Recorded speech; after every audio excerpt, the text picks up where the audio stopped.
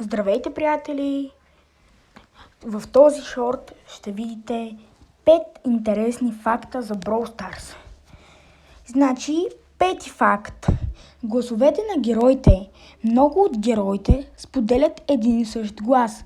Например, актьорът Николас Рой озвучава едновременно Ел Примо и Франк, въпреки че звучат напълно различно. Четвърти факт. Рекордно дългия Soft Launch. Играта беше в тестова фаза над 500 дни. През това време тя изглеждаше напълно различно. Играеше се с вертикален екран, третен режим, преди да стане хоризонтална. Трети факт. Project Laser. Оригиналната концепция преди Каубойте. Играта е била космически шутър с лазери. Препратка към това минало е мини-играта, скрита в менюто на 8-bit.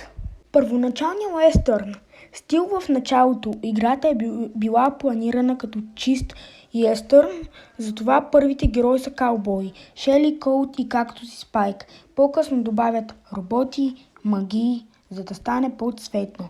Първи факт. Тъмната тайна на Стар Парк. Това е най-голямата мистерия. Според скритите улики и видеа, играта не е просто забавление, а зловещ експеримент в увеселителния парк, където героите са контролирани срещу волята си. Благодаря, че гледахте този шорт. До скоро!